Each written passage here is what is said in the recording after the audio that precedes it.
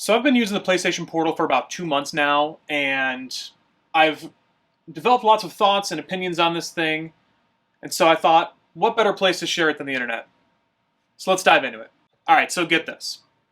A couple of years ago, some rumors began that Sony and PlayStation were working on the next iteration of a portable handheld console.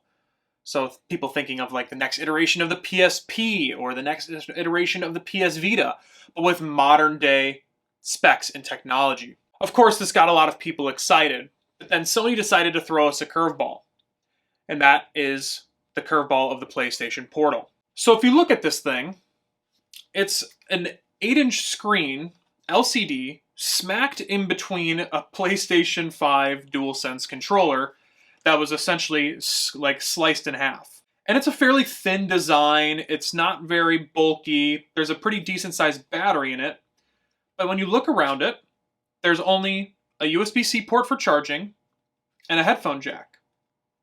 And that's it. So where are you supposed to put your games? Well, there's nowhere for you to put your games.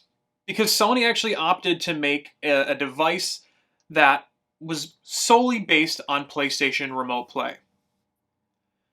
Now, if you're unfamiliar with PlayStation Remote Play, it's a system that allows you to remotely play your existing PlayStation console, whether it's a PS4 or a PS5, over the internet, streaming to one of your devices. You can actually do this on your smartphone if you wanted to. I've seen people do it on things like utilizing the Backbone or the Razer Kishi or any sort of like mobile controller as well. And while this was a really cool technology, playing your PlayStation games on something the size of your smartphone wasn't really that enticing. And when you look at how popular the Nintendo Switch has been, it was kind of a no-brainer for Sony to kind of dive into a larger screen form factor and one that they could sell you themselves instead of having you rely on your own smartphone. And thus, the PlayStation Portal was born. So before I get into my thoughts, let me just share with you guys some of the tech specs as well as the pricing of this device. Now, like I said, this is a 8-inch LCD screen, not OLED, LCD, but gives them some wiggle room as far as, future iterations of this if they decide to make more. It is full 1080p resolution and at 60 FPS. Now, there's going to be a big asterisk near that 60 FPS, and I'll explain in a second. Now, it doesn't actually have Bluetooth compatibility. It has its own unique version of Bluetooth that Sony made that specifically work with their own version of their own Bluetooth headsets. So if you wanted to go wireless, you would have to use their specific wireless headphones. However, like I said, this does have a headphone jack, so you do have the ability just to plug in any wired headphones. Granted, it's 2024, so how many people actually have wired headphones just lying around? Probably more than I think, but at the same time, probably not that many. And the price tag on this thing is $199. So, given all that information that we have, let's talk about the experience that I've had with this. So when this was first announced, I really didn't understand it. I kind of thought to myself, who is the specific customer demographic that they're looking for this? That instead of playing their PlayStation on their TV, which is going to get them the full, 4K resolution, upwards of 120 frames per second, in a small handheld up to 1080p 60 on an LCD panel. So it really just didn't make sense to me. But then I decided to ask for it for my birthday, and my lovely fiance decided to get it for me. And I finally figured out who the customer demographic is and why I'm actually part of it. So I don't know about you guys, but in my house, sometimes we like to just throw on a TV show that we've seen a million times, something like The Office or New Girl or Brooklyn Nine-Nine, and then we like to just shut off, and my fiance will play some games on her iPad, and I used to just rewatch the show solely, but then I was like, man, I really wish that I could play some of the games that I have on my PlayStation while we're doing this. But my PlayStation's plugged into the TV that we're watching this show on. And then the PlayStation Portal came around. So I can actually sit on the couch watching the TV that my PlayStation is plugged into and still play my PlayStation game at the same time. So whether it's flying through the skies of Hogwarts or swinging through the streets of New York, I'm able to still connect to my PlayStation, which is actually really nice. I also think of this as for anybody who's a parent out there, and maybe your kid is obsessed with watching SpongeBob, And it's one of those days where you just want to let them watch SpongeBob, but you want to kick back while they're watching SpongeBob and play your game. Well, this is a way that you can go ahead and do that as well. Now, I gotta say, I actually have been really impressed with the quality of the gameplay from the Portal. And that's because all of the compute is actually happening still on your PlayStation. Or, if you're lucky this fall, the PlayStation 5 Pro. Which is so clever because you're not getting a device that's going to be held in your hand that's going to be getting hot as you're playing more demanding games. Because again, the compute is happening on your PlayStation itself. But the thing it does come down to is how strong your Wi-Fi connection is, and specifically your upload speed. Sony recommends ideally you have between 15 and 30 upload. I get about 35 uploads, so my experience has been pretty good for the most part.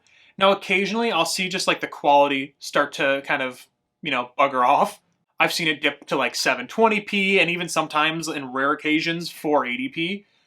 But for the most part, if we're just watching TV and playing on another device, the connection's really stable.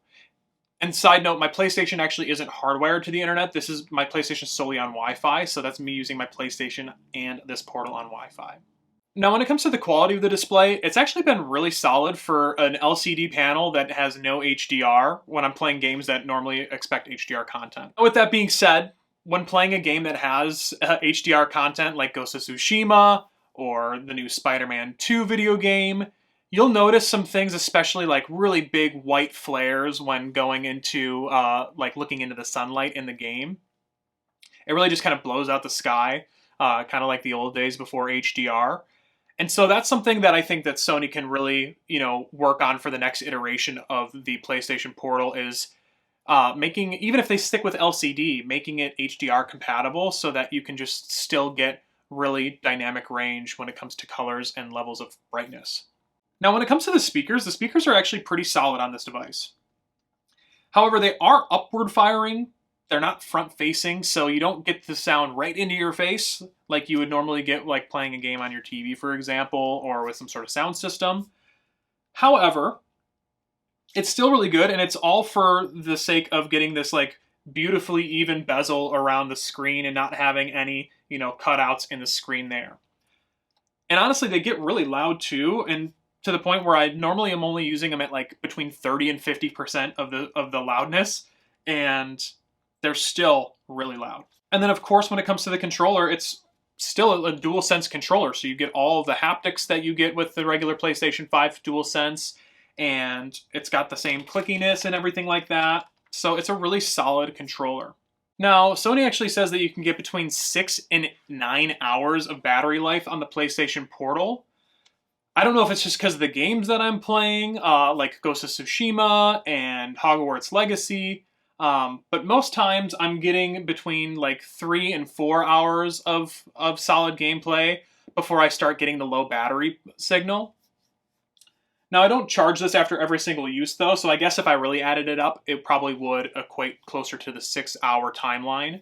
But again, this has to be in like extreme conditions. But I gotta say, I'm really happy being a PlayStation Portal customer. Being able to have this, whether it's being able to sit on the couch and still watch TV while you're playing your games, or even if you're traveling halfway across the world and you want to be able to play your PlayStation without having to pack your PlayStation with you. This is a really great device for the casual gamer. So if you're a casual gamer and sometimes the TV that your PlayStation is plugged into is, being hogged by somebody else in the household, then this would be a great pickup for you.